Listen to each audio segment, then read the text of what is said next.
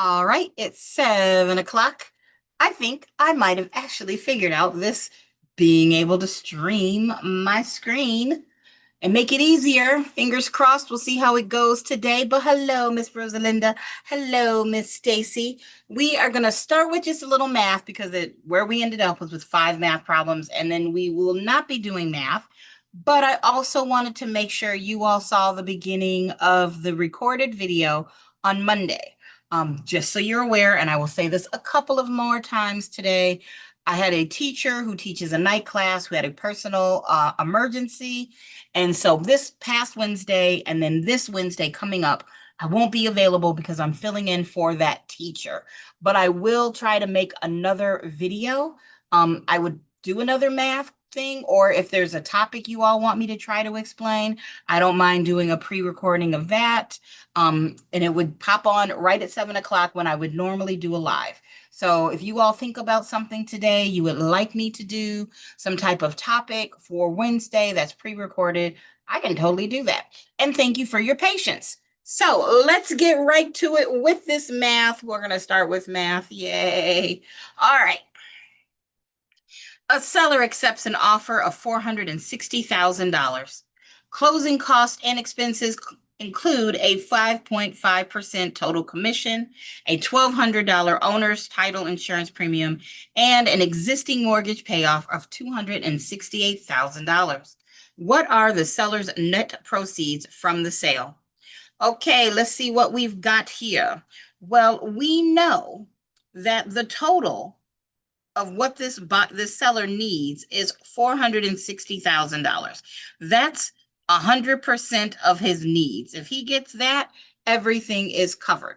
And if we imagine that as a circle, that means that full circle would be 460K. But we know that he can't just sell the house for, well, I mean, he could sell it for $460,000, but we know there's things he has to pay off. This guy, and I'm assuming it's a guy, sure, why not? It's not quite straight, but you get the point. They got a $268,000 mortgage to pay off. They have and it's not to scale, a $1,200 title insurance.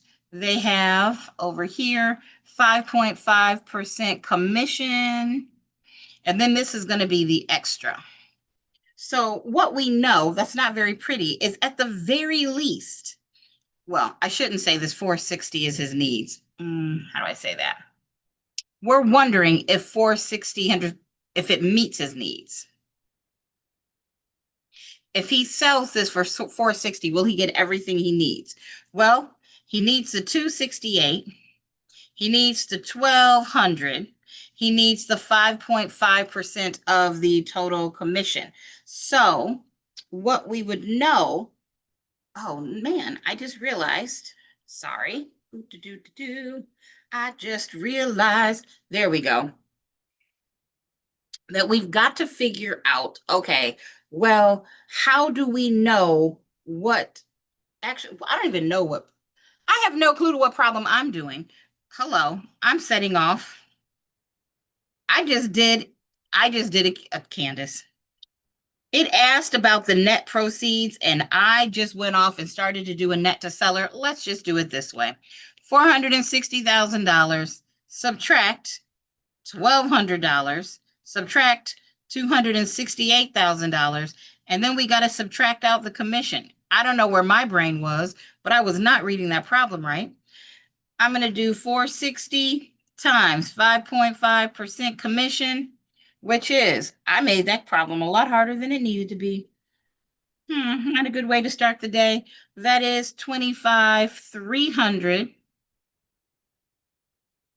So if I subtract from the 460, the 1,200, the 268, the 25,300, what that leaves me with is 165,500. All right, when we don't complicate things, that becomes pretty easy. And that makes our answer for this problem C. Good job, Miss Stacy. You figured out I was making it harder a lot sooner than I did. Thank you. You should have been like, Candace, what are you doing? What are you doing over there? I have no clue. It's been a long day and a long week. All right, let's try 77.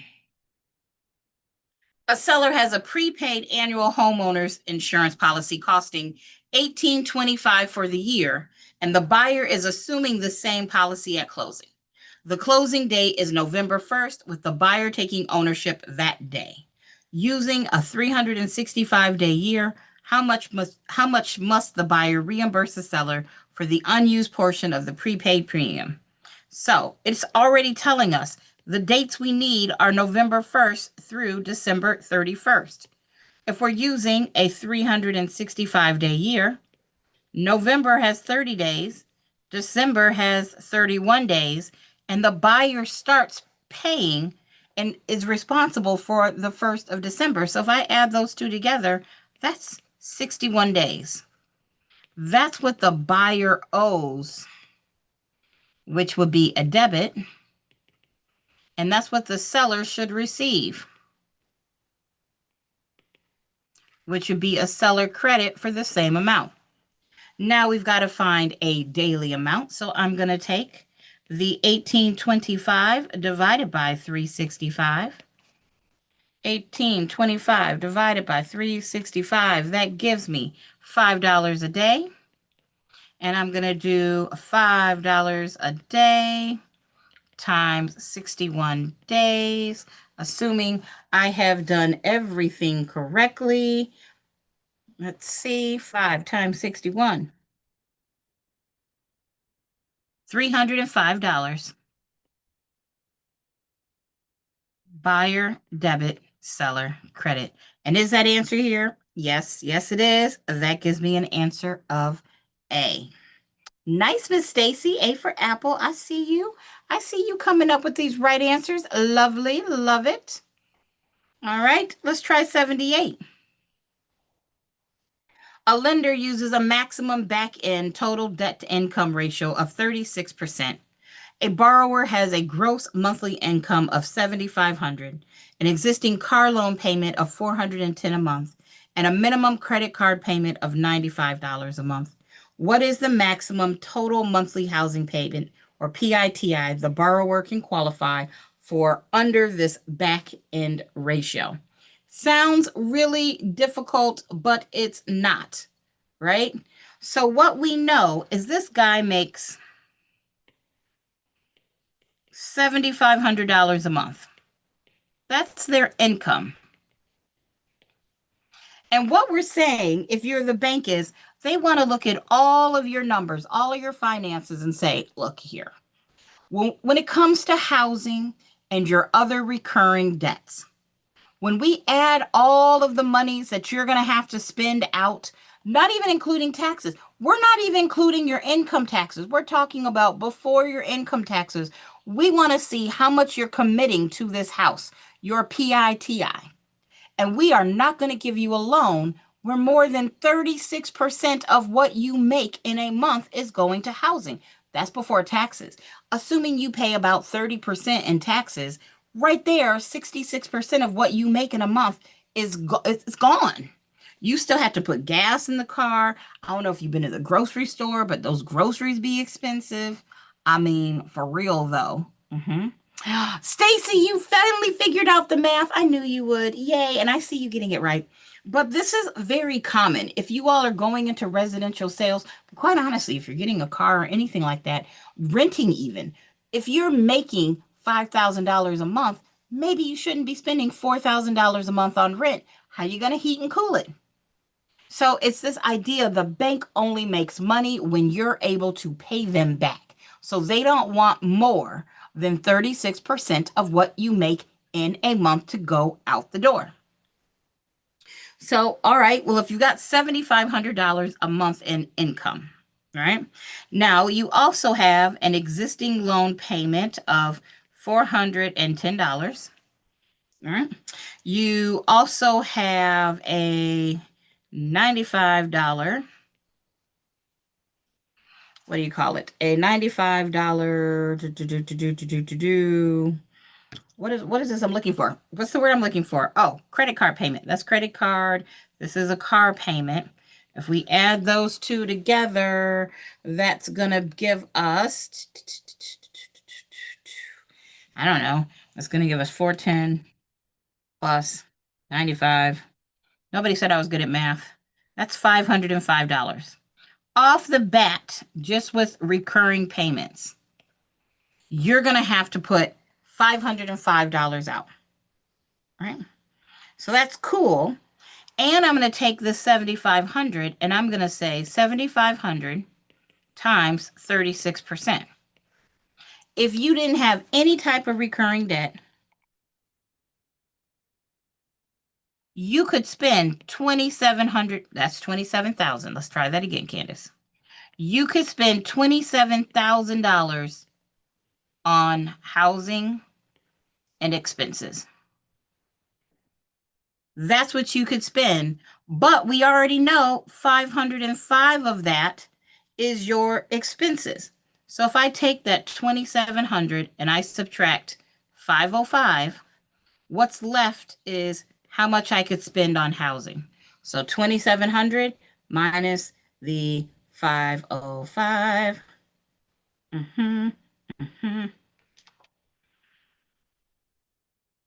That is 27 minus 505. I got 21.95. That's the max you could spend. In theory, you would be able to spend $7,500 towards housing and expenses. But since you got $505 in recurring expenses, the most you could spend towards housing, which housing is your PITI, would be $21.95. Our answer is A. Uh-oh, Miss Stacy getting another one right. I see you getting this math right, ma'am. At least one of us is. All right, let's do number 79. And I think after that, oh, we got one more after that. Okay.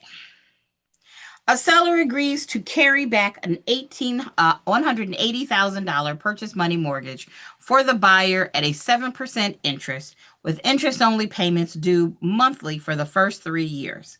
What is the buyer's required monthly interest-only payment?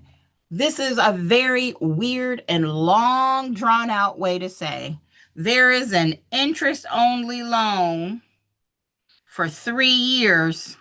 What's the interest-only payment for those 3 years? Okay, well, I can do that. You can do that. We know how to find annual interest. We sure do. We know how to do this. So, okay, let's take with what we know. If I take $180,000 and I multiply it by 7%, that's going to give me annual interest. So if I do that times 12%, I'm going to get $21,600. That's what I owe for a year. But when you make a monthly payment, you know that you're paying for 1/12. You borrowed it not for a whole year, but for 1 month. I'm not paying you $21,600 a month. I'll pay you 1/12 of that. So 21,600 divided by 12. That's $1,800. Right? That is $1,800. That is what you, what, did I do that right? 21,600? I don't think I did. Is that 21,600 or should that be 12,600? Let me try that again. 180,000 times 7%. That's 12. I was like, why does that number sound so high? Because I'm a friggin' fool sometimes. And guys, this is why I always tell you to recheck your math. Let's try 6,000. That's what happens when you read it. I was like, that sounds really high. Let's try that again. Now, when I do 6,000 divided by 12, 12,600 divided by 12, that's 1,050. That is our monthly payment. You're paying $1,050 every month, And at the end of 3 years, you still have to pay back all the $180,000 because this is interest only. See, doesn't matter if you get it right. Thank you, Miss Stacy. I saw now that I looked up. You don't have to get it right the first time. You do not have to get it right the first time. But when you look over the answers, you go, wait, and you look at it in your head, you're like, something's wrong. That's cool too, as long as you go back and fix it. Nobody's perfect. Well, according to my father, I am. But other than that, nobody's perfect. And I don't expect perfection from me or for you for this. So let's do one more math problem, and then we get to our other types of problems. I don't know what comes after that, but this was the next thing that was in our list. A small rental property recently sold for $270,000 and generates $2,250 monthly gross rental income. Based on this sale, what is the property's gross rent multiplier?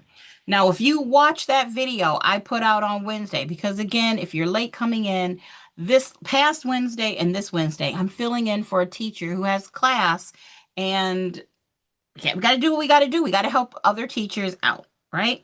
So I won't have class this Wednesday. I won't this coming up Wednesday, but I will make a pre-recorded video. If there is a topic somebody wants me to go over, if you said, hey, Candace, could you just do a bunch of Mills problems? Or could you explain mortgages? Or could you do whatever? I can pick a topic or I could do more math. But if somebody has something they'd really like me to explain in a recorded video, I will have that pop up at 7 p.m. Eastern, just like I was live. And then after this Wednesday, everything will go back to normal. So there we go. But all that was to say, if you watched my video, we know with a GRM, we could either multiply it by an annual amount or you could multiply it by a monthly amount to find value. So if you multiplied it by this, annual income or monthly income, you would get value. The property gave us monthly, so I'm going to try taking, and seeing what we do. So if we take a GRM, we multiply it by a monthly gross income, you get value. We're looking for our GRM. Our gross monthly value is $2,250. Our gross monthly income, and our value is $270,000. So if I'm solving for our unknown, I got to divide by 2250 here. I got to divide by 2250 over there.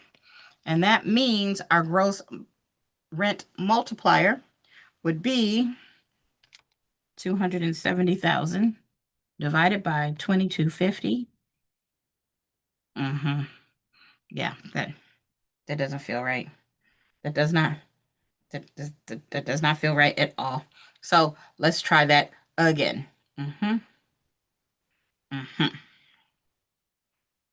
Or maybe I just typed it wrong. Let me make sure. That seems a little weird.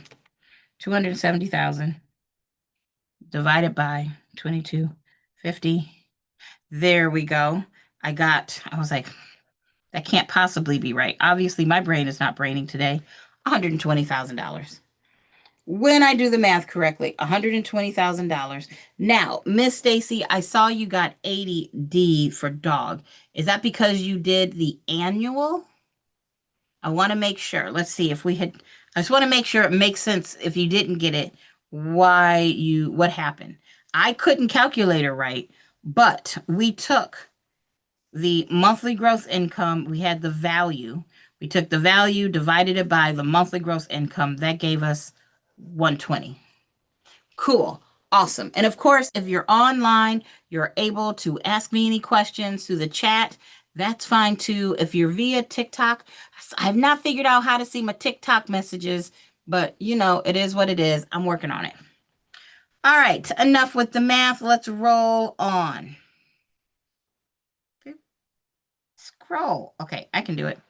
A commercial tenant's lease expired on March 31st, but the tenant continued occupying the space without a new agreement and without the landlord's consent, though the landlord has not yet taken formal steps to remove her. What type of tenancy does this situation describe? All right, a periodic tenancy since rent presumably continues to be accepted month to month. B, a tenancy at will, since either party could terminate the arrangement at any time. C, a tenancy at sufferance, since the tenant remains in possession without the landlord's consent after the lease term ended. Or D, an estate for years, since a fixed term is still technically governing the relationship. What are we thinking? Now, I'm pretty sure most of us knew the minute this problem said that without the landlord's consent, she continued to occupy the space. That gives us a tenancy at sufferance. Our answer, in fact, is C. But I don't want you out. And I see you, Miss Stacy. I see you. You said it is C, and that means I got to give you. I like carrots, and you should too. It goes crunch, crunch, crunch, and it's good for you. We like carrots. And you should too. It goes crunch, Crunch, crunch, crunch. And I see you, Miss Rosalinda and Miss Morelli. I see you, both of y'all with C as well. Y'all are getting good at these. Look at y'all. So, just so we don't get into trouble, remember, if that landlord were to start accepting the rent, that puts you in a whole new legal category. Call your attorney. Because once that landlord starts accepting rent, you have some implied lease. It's just a mess. Call your attorney. And let's move on to 82. Two attached townhomes share a common wall that straddles the property line, with each owner having rights to use and an obligation to help maintain that shared wall under a long-standing agreement. What is this shared wall called, and what obligation does it typically come with? Let's shorten this question. What's the shared wall called? And then what do you have to do with it? Yeah, that's nice. We got a wall between two townhomes. What is the name of that wall? And are you allowed to tear it down if you want to? Like, what are the obligations we've got going on there? So is it A, a party wall, which typically carries a mutual obligation for both owners to share reasonably in its maintenance and repair costs? I like that one. But we know we like to eliminate the other answers. Is it B, a license? No, it's not a license, which either owner may revoke unilaterally. No. C, an encroachment? No, because it's a shared wall. It straddles a property line. Both people own it. Or D, an easement in gross, which benefits one specific individual rather than the neighboring property. That's not it either. So our answer, of course, is A. Nice. Nice, ladies. All right, number 83. A seller conveys property to a buyer by general warranty deed, warranting good title, even though the seller does not yet hold clear title due to a minor unresolved lien at the time of the sale. 2 months after closing, the seller resolves the lien and obtains clear title. What happens to the buyer's interest? Let me be honest. You needed to call an attorney. This is not a question for us as real estate agents. Just call your attorney. But it's presenting to us this question. So, okay, what do we know? A general warranty deed is the seller saying, look, I promise I'm giving you good, clean title. Doesn't matter who messed it up, I'll make it better. And it turns out it was messed up and he did make it better. So our question is, did the buyer's interest change just because the seller did make it better? I don't think so, but let's look at our answer choices. A, nothing changes. Okay, I do like the way that one sounds.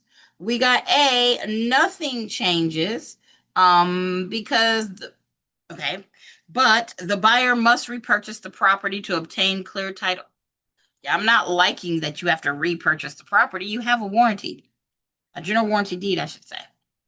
B, the buyer's interest remains defective permanently, regardless of the seller's later actions. No, he resolved it and cleared the title. Under the doctrine of after acquired title, it's a new one to me, the buyer's title is automatically perfected once the seller later obtains clear title. Maybe this is a thing, but I've never heard of it. And you know how I feel about these words automatically, so I'm not liking that. Let's see what we got for D. The original deed becomes void, requiring an entirely new conveyance.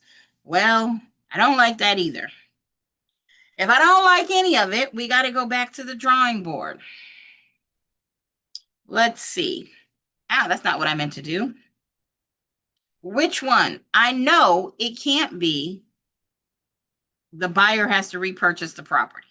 And if it can't be the buyer has to repurchase the property, let me remove that, then it can't be D. It becomes void in a new conveyance. So whether I like it or not, it's either B or C. And it can't be defective permanently, regardless of the seller's later actions. So that means even though I've never heard of after acquired title, the doctrine of after acquired title, though, and I don't love this automatically word, I would prefer that than the other three. So I'll double check, but our answer I think has to be C. And it's okay if this happens on your real test because we know it can't be A, B, and D.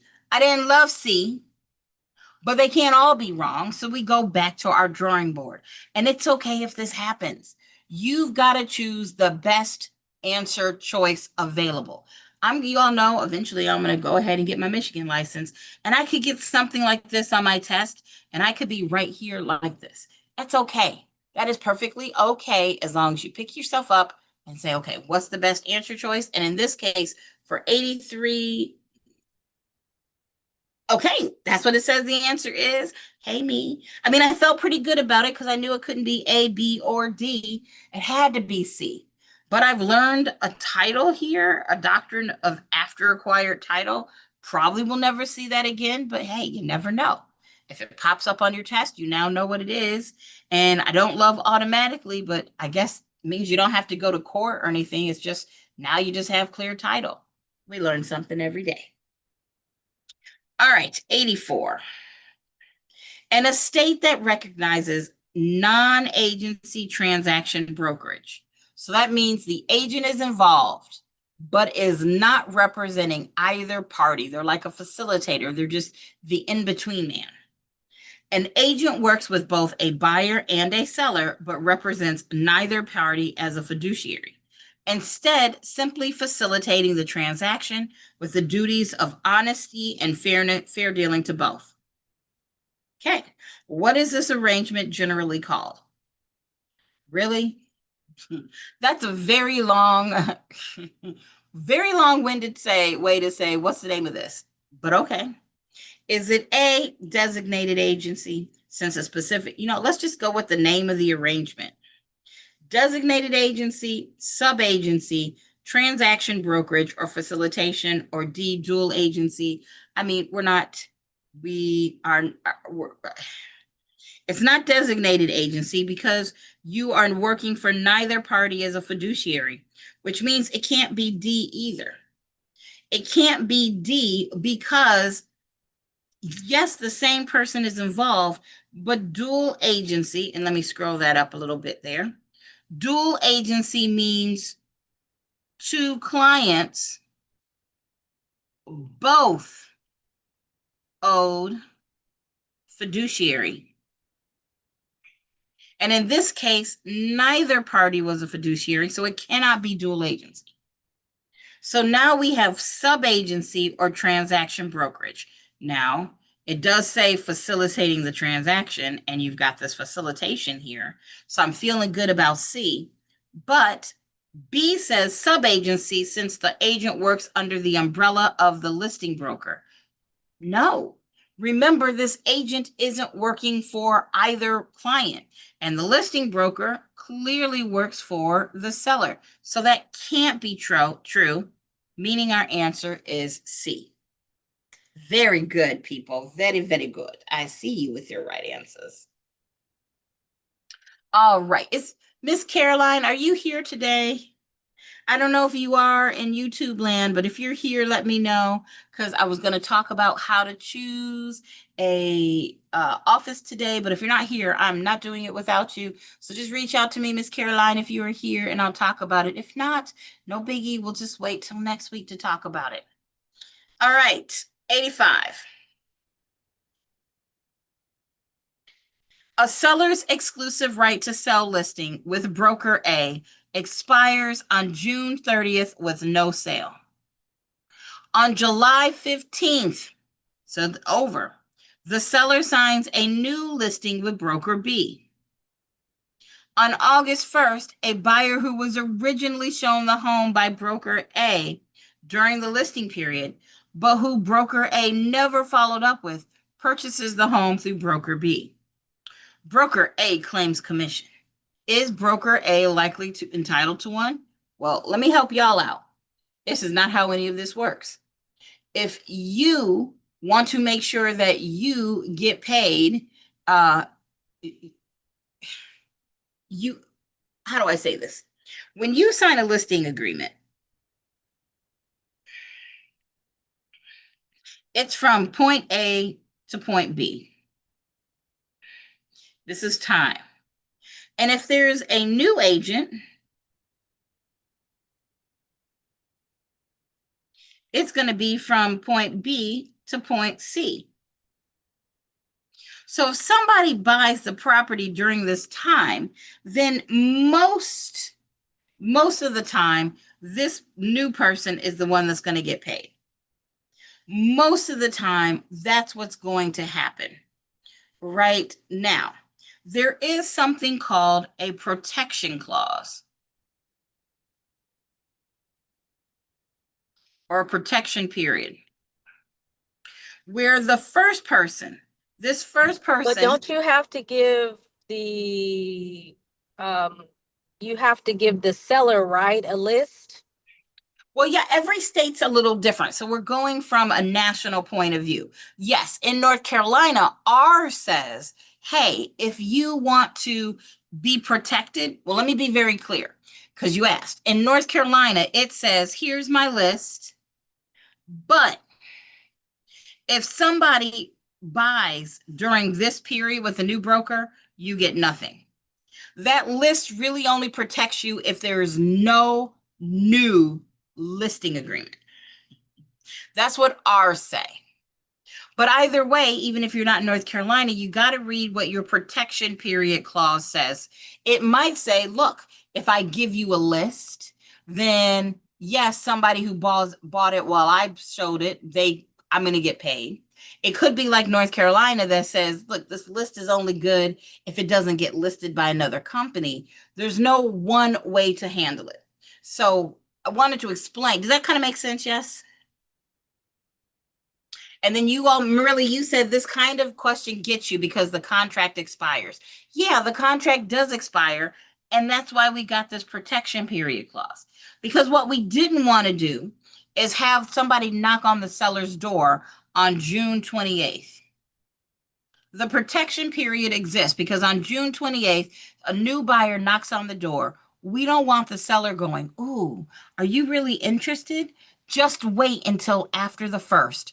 Come back, buy the house after my listing is expired, and then I don't have to pay a commission. Absolutely not.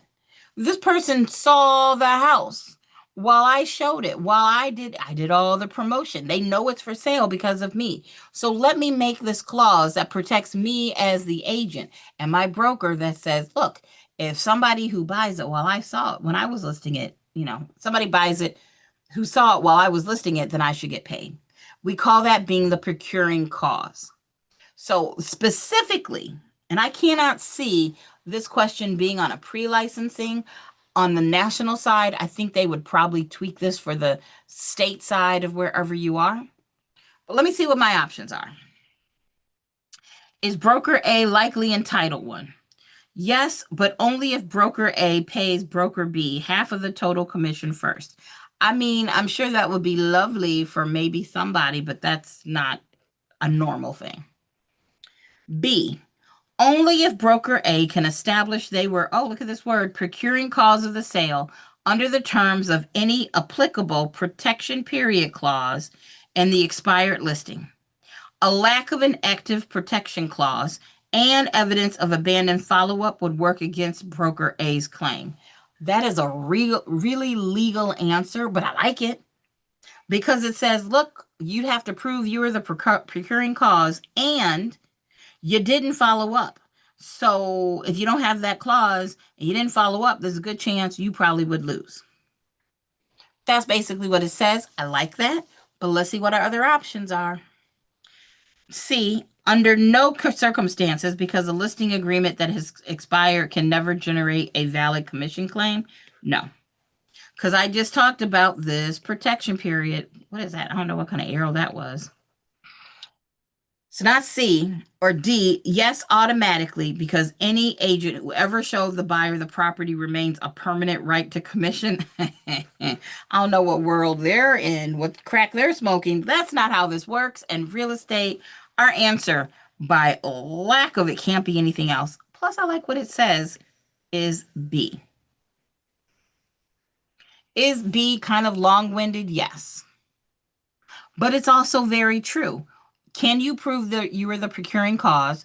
And do you have the protection clause in the listing agreement to back up as the procuring cause, even though it's listed with somebody else, you should get paid. So B it is. Ooh, that was a long one. All right, let's go with 86. Unless somebody's got questions, you know you can ask them.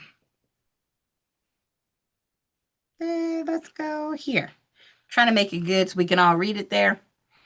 If that's too small, let me know. Mm-hmm. It's too small? Mm-hmm. Oh, wow. That's a lot smaller than I thought it was. It's smaller than what's on my screen. Okay, how about there? That was weird. Okay, that's good. Yay. That was so, it was different than what was on my screen. I saw, okay, that's better. Y'all, I officially bought on my own, not just somebody laid them around, my own very first pair of peepers, which is, you know, for those of us that are old, my very first pair of, I needed them and there was no denying it, reading glasses. And don't you know, that was yesterday. And I woke up with my back hurting this morning. One pair of reading glasses and my body's like, oh, we're old. Yeah, you didn't need your back anymore. It's very rude. It's very rude of my body to do that. So what can I say? All right. 86. A purchase contract states, this agreement is contingent upon the buyer obtaining a satisfactory home inspection report within 10 days. If the buyer fails to obtain or waive this inspection within that period, what is the legal effect on the party's obligation to close? So it's contingent upon a buyer obtaining a satisfactory home inspection report within 10 days. If the buyer fails to obtain or waive this inspection, what is the legal effect? I didn't go and knock on the door. I'm going to mute you, Rosalinda, just so that nobody hears your private conversation. We don't mind. I just didn't want you to don't want you to share anything unless it was good gossip, in which case unmute and let us all know. So what I know is that this is a contingency. And a contingency is an exit for somebody. It allows somebody to not do something. And in this case, if the buyer fails to obtain this inspection, either the buyer has the right to back away or the seller has the right to back away, depending.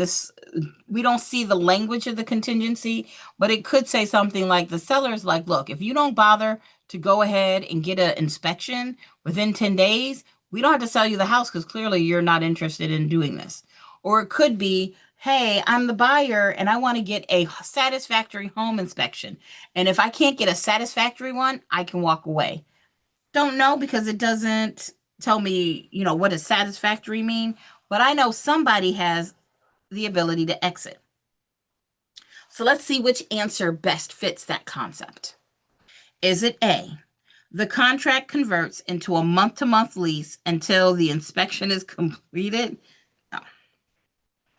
B, The seller is automatically entitled to sue the buyer for specific performance. Y'all know how I feel about the word automatically and for specific performance. I don't like it, but I didn't like that other answer and it was right. So let's just hold on to it. C, the party's obligation to perform never fully matures since a contingency condition precedent was not satisfied or waived within the required time.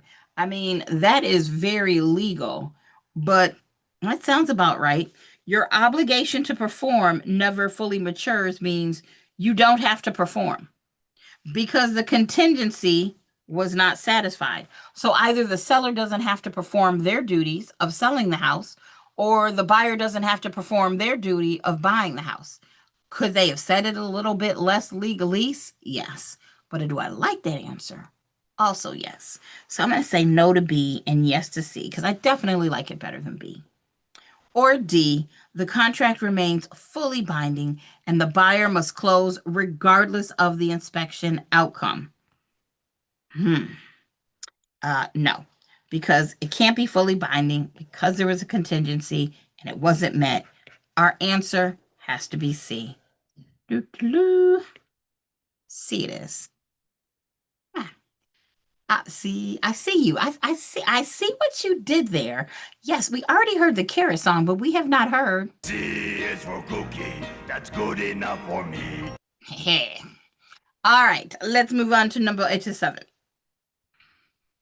3 weeks before the scheduled closing date, a buyer emails the seller stating clearly and unequivocally that she has changed her mind and will not be purchasing the home under any circumstances.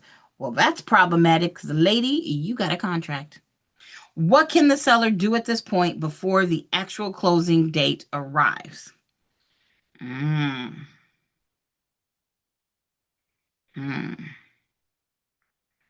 Sounds a little bit legal. This one sounds a little bit legal to me. I'm like, usually I would tell you, what does your contract say? I mean, on the base, I would say, I mean, if you're putting in writing that you're going to not close, I guess you are in breach because you're failing to do what you said you were going to do. Let's see what our options are. The seller may treat this as an anticipatory breach and immediately pursue remedies without needing to wait until the actual closing date passes. I mean, here's where legally I would go, does the email from the buyer saying this terminate the contract? Like, is it breach? I don't know. I don't know how I feel about A. It sounds good, but is it the right answer? Maybe. I mean, that you did say you weren't going to do it. And so, yeah, I should be able to pursue remedies. Let's see what else we got. B, the seller has no remedy until the buyer physically fails to attend the closing appointment. Well, maybe. C, the seller must wait until the scheduled closing date to determine whether an actual breach has occurred. Well, to me, these sound like they're saying the same thing. You have no remedy until they physically fail, and then you have to wait until the closing date to determine if an actual breach. That's the same thing. So I think it can't be B and it can't be C because those seem really like the same thing. Or D, the buyer's email has no legal effect because a breach can only occur on or after the specified closing date. Well, no, because it says a breach can only occur on or after the specified closing date. There's all sorts of reasons why you might breach a contract. So answer has to be A. That's my guess. That's my guess, and I'm sticking to it. Miss Stacy, you said A. Miss Rosalinda, you said A. And lucky for us, hey, the answer's A. The answer's A. Hey, the answer's A. Do a little dance, do a little dance. I love it. Our answer is A. Nice. Way to guess our way. And I do mean guess. Guess our way. We took an educated guess, though, to the right answer. 88. A property management company uses an online advertising platform's targeted tools to exclude users flagging by the algorithm as being interested in accessibility features and disability-related content from seeing its rental listing ads. Oh my gosh, that was a long sentence.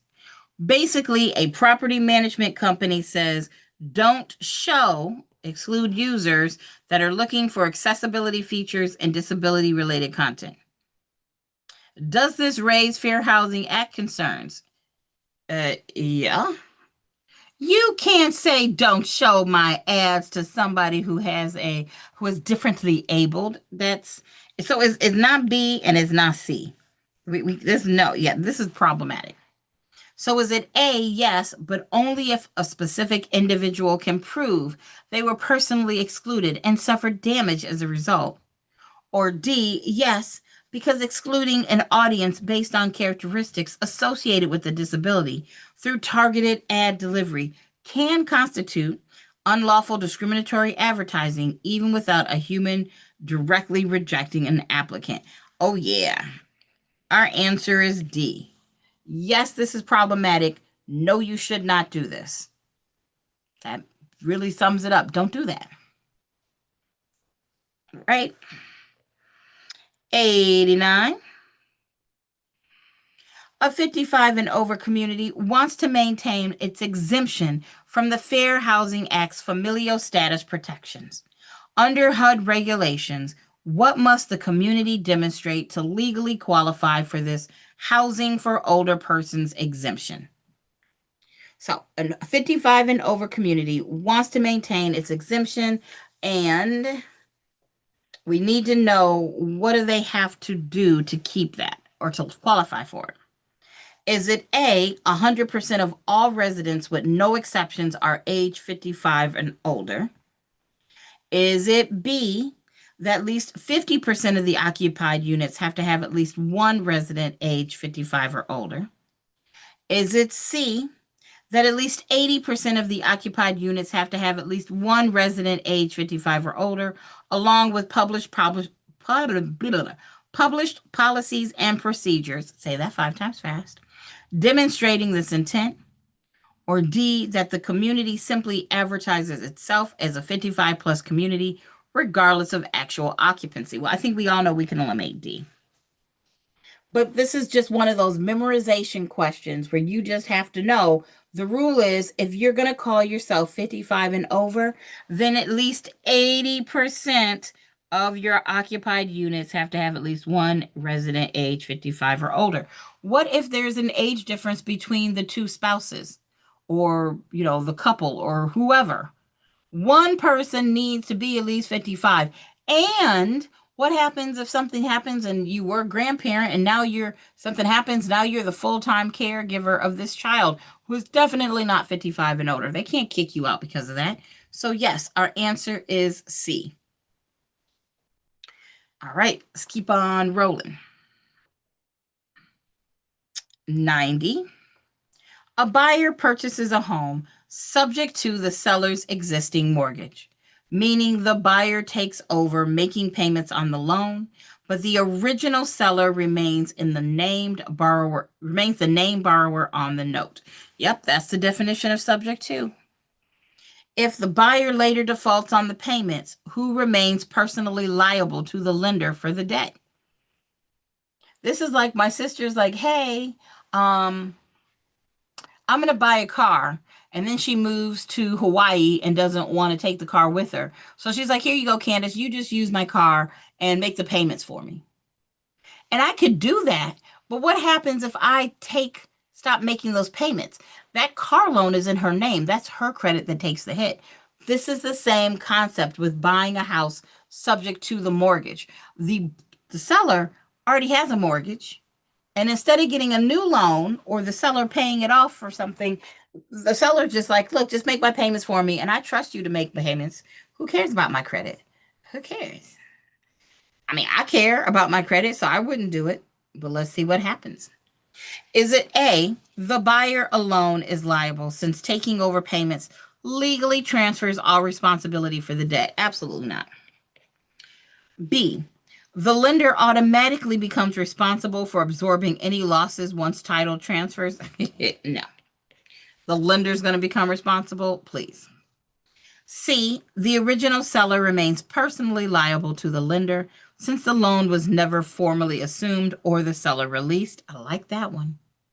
Or D, neither party is liable because subject to purchases eliminate any personal liability for both parties. I can get those sentences out. These were a lot of words today. That's not true either. Our answer is C. Now, I'm going to let you all read number 91 while I walk away. You know, normally I don't do this, but I did ask for a delivery at 8, and they just dropped off my frozen food on my doorstep, and it's like 90 degrees outside. So you all are going to have to forgive me, but I'm going to need my foods not to melt. It'll take less than a minute. Read number 1, put your answer in the chat.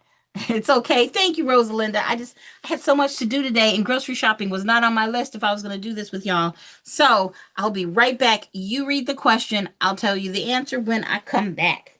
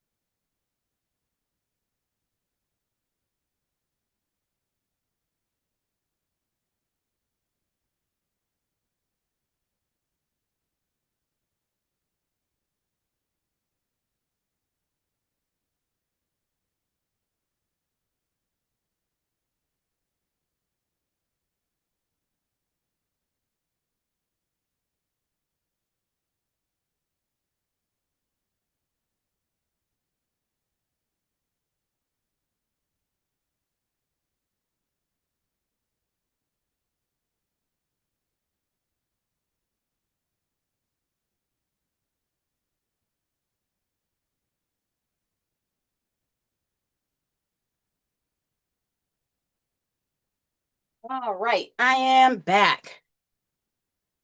If I ever move and I tell you all, if you let me buy another house with 5 levels, oh my God, that many stairs, oh my gosh, just kill me. Just kill me. All right, let's read it. Let me grab some water after doing all those stairs, running up the stairs. Oh.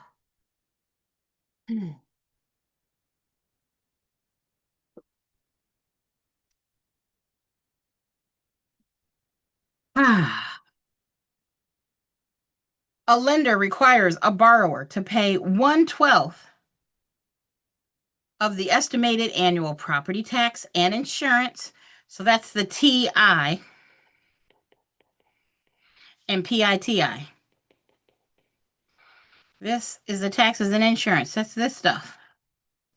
Into an escrow account with each monthly mortgage payment. What is the primary purpose of this escrow or impound, good vocab word, account from the lender's perspective? Is it A, to generate additional profit for the lender through the interest earned on the escrowed funds? No, it's going to be very little interest. That's not the point. B, to reduce the borrower's total interest rate in exchange for monthly deposit. They are trying to reduce your interest rate for any, I mean, not really. Oh, yes, Miss Rosalinda, I have faith in you. I know you got this on the next time around. I know you do.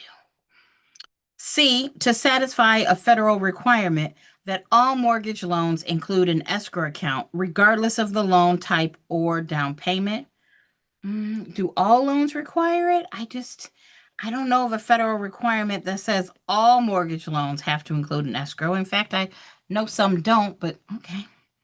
Or D, to ensure that property taxes and insurance premiums are paid on time, protecting the lender's collateral from tax liens or lapse in insurance coverage.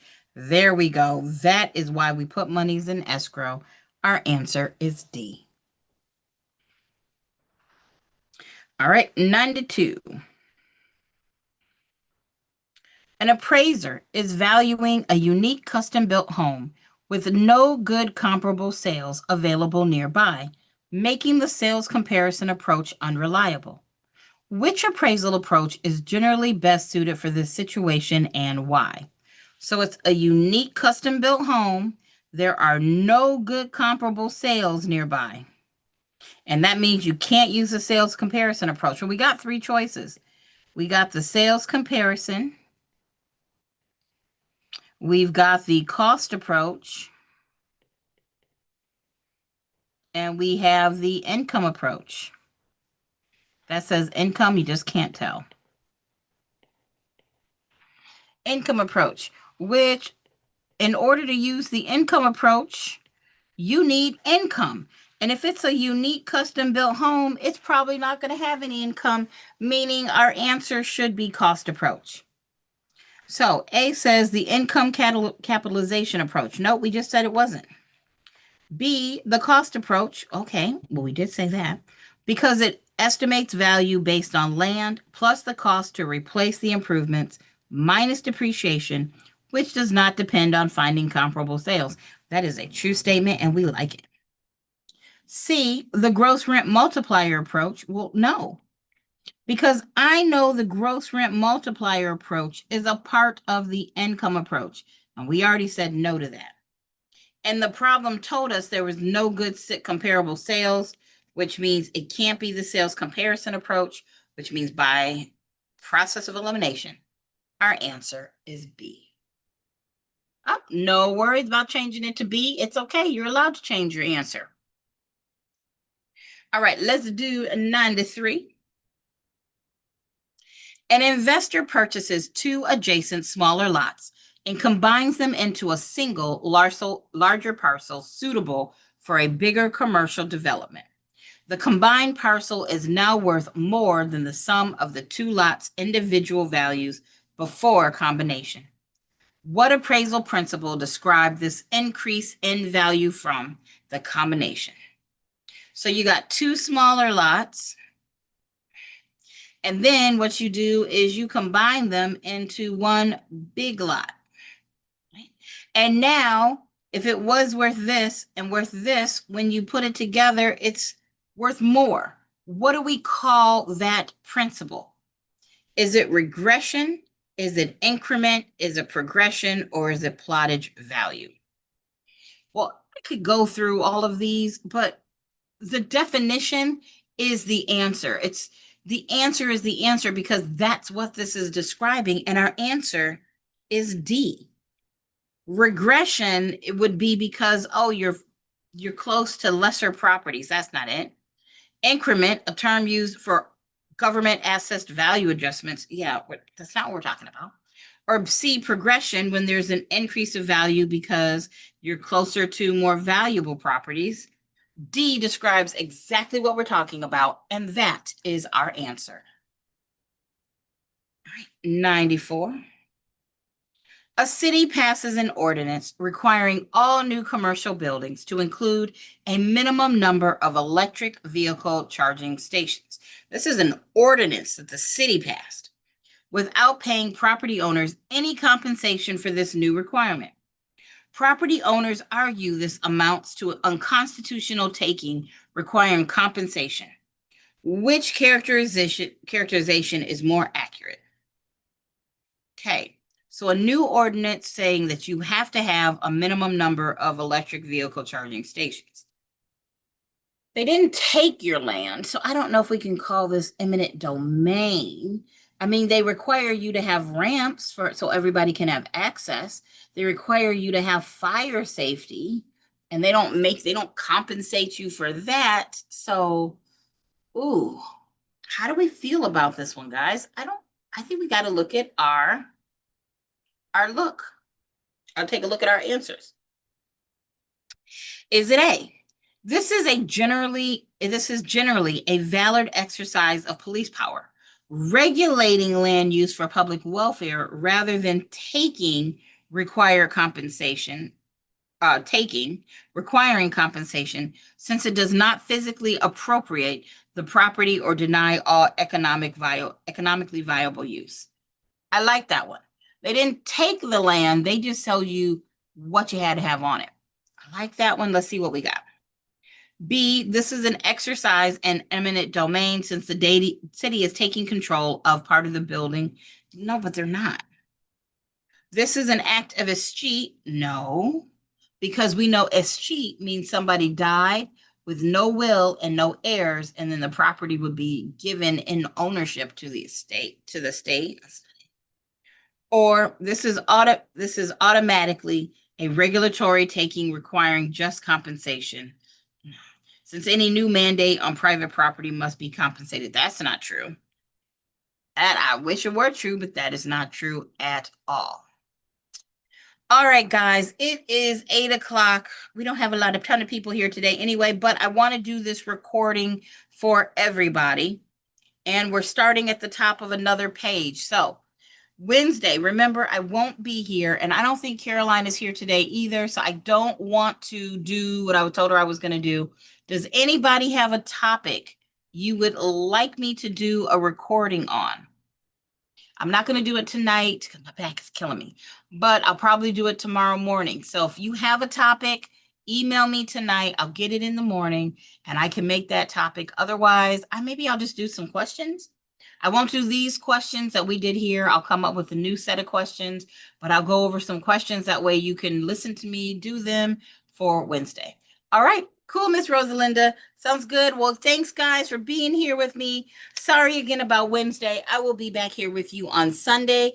Be good, or at least don't get caught. And I'll see you next time. Bye, everybody.